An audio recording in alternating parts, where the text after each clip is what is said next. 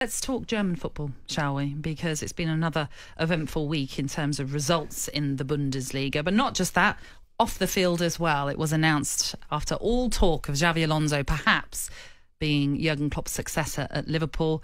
That is not going to happen because he is going to remain at Bayer Leverkusen. He announced that this week. So where that leaves Liverpool in their search for a manager, we do not yet know, although it looks as though they're looking at Sporting Lisbon's Ruben Amorim. He could well be the next man in at Anfield. But let's talk German football, shall we? I'm delighted to say joining us to talk about the state of play then is German football broadcaster Konstantin Eckner. Konstantin, good morning. How are you? Morning, Konstantin. Good morning. Yep. Great to have you with us. Thank you very much. As I say, some eventful results over the weekend in Germany. First of all, Bayer Leverkusen looked as though they were on course for their first loss of the season, which in itself is quite incredible that they haven't lost a single game this season. But they fought back with two late goals to beat Hoffenheim 2-1. And then later on, Bayern Munich, taking on their old foes, Borussia Dortmund, lost 2-0 at home. Before we get your thoughts on what's happening then in the Bundesliga, let's just hear from Thomas Tuchel, the Bayern boss, on where he feels the title race is right now. After a game like today and after another 3 points, 13 points, we should not be unrealistic. It is very, very likely that Leverkusen becomes champion, of course. Wow, which in itself, Konstantin, would be some feat for Bayer Leverkusen to win the title, having never done that before. They are 13 points clear of Bayern Munich, who are in second. So is it for you all over? Is it job done for Xabi Alonso? Oh, yeah, pretty much it is. 13 points ahead, 7 games remaining. So, even from a mathematical standpoint, I don't really think if you're the Bayern head coach, as Thomas Tuchel is, and you're standing there in front of the cameras and in front of the press, and you're saying, there's still a chance for us to win the championship, given the situation. You're 13 points behind. You just lost to Borussia Dortmund in the Klassiker, which hadn't happened in over a decade at home in the Allianz Arena. So, I understand Tuchel's point of view that just at this point you would probably embarrass yourself talking about your chances of winning the championship against Bayer Leverkusen. Konstantin, can you just give us an insight into Xabi Alonso's thinking on what the future lies for him? Because it looks like the rumours we're hearing, he's turned the Liverpool job down and he's also turning the Bayern Munich job down. We don't know how true it is, but he definitely said he's going to stay at Bayer Leverkusen. Yeah, it's whether those actual conversations have taken place with other teams. Yeah. I find it difficult if I managed any football club to turn the Liverpool manager's job down. So he must have a good reason. Of course, that's your perspective, which is comes from your background and from your past. And of course, Xabi Alonso also played for Liverpool for a couple of years, and of course won big in terms of winning the Champions League in that dramatic Istanbul final. Be that as it may, he also has played for Bayern Munich and also for Real Madrid. So I think that the odds were even in a sense who could get actually Xabi Alonso as their manager next year. But he decided to stay at Bayer Leverkusen. Interestingly enough, he stayed at Real Sociedad, which is kind of his home team actually, Real Sociedad's reserve team as their head coach for 3 years. During that time, he also had offers from the Bundesliga, for instance. Mönchengladbach reached out to him, asking him if he would like to join them. During his stint at Real Sociedad, he stayed there, even though it was third and second division football in Spain. He took his time, and now he wants to stay for a third season at Leverkusen. I just see there's a clear career plan, and he doesn't want to rush into things because he hasn't really spoken about it, but he has spoken about how he's still a young coach, he still progresses, he still develops, he still refines his trade in a sense. There have been other former world-class players, his generation, Pirlo, Lampard, Gerrard, who might have rushed into things a little bit, gotten to these top-notch jobs very quickly, and it didn't really work out for them. And look where they are now.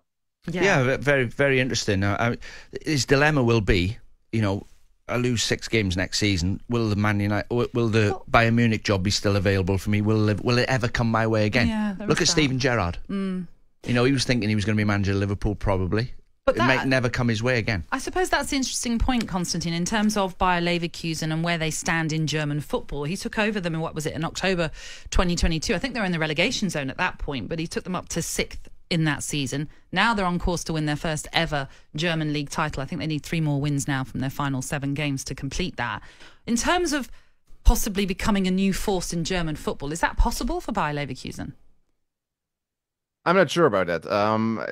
They are still a rather small club. Leverkusen is a rather small city. It's kind of in the shadow of Cologne and Düsseldorf, of the larger metropolises in the western area of Germany, in North Rhine-Westphalia to be precise. So it's funded by Bayer, which is a chemical industrial giant, of course, and they are headquartered in Leverkusen. So they are actually the history of that club comes from. It's actually a factory workers club founded in 1904. So they have always been kind of small, well funded, but kind of small stadium, small fan base. So there is a limit, there is a ceiling for this club. But what has happened recently, and what will probably happen moving forward, is that they are not just a feeder club or a selling club. Because remember, like Kai Havertz, for instance, went from there to Chelsea for a large sum of money.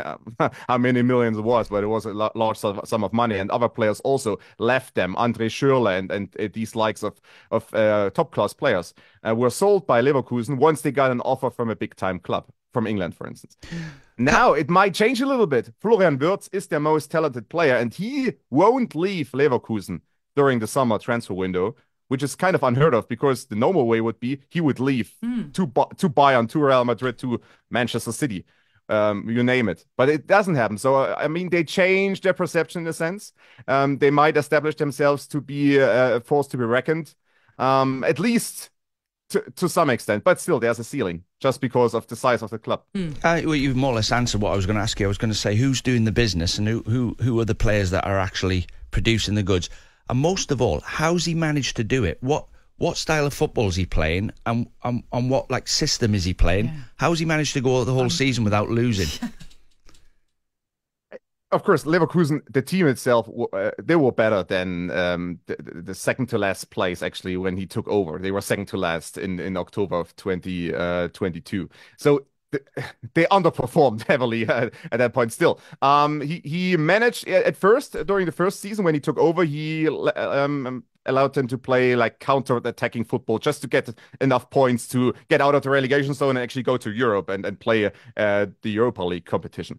So what he did then, and he actually talked about it, it was on purpose, during the summer preseason preparation, basically, he changed the style of the team entirely, and now they are playing possession-based football, like 75 or 70% ball possession, and just trying to break down opponents bit by bit. And it's very methodical how they do it. And actually, Granit Xhaka, the former Arsenal midfielder, kind of maybe it's a little bit underrated in the Premier League, but he was brought in last summer, and he kind of plays that Xabi Alonso style deep-lying playmaker, just always securing the ball, always finding the next teammates to play the ball to. And yeah, it's very methodical, and they just have the technical players to do that, actually, with Florian Wirtz, Granit Xhaka, and a few others.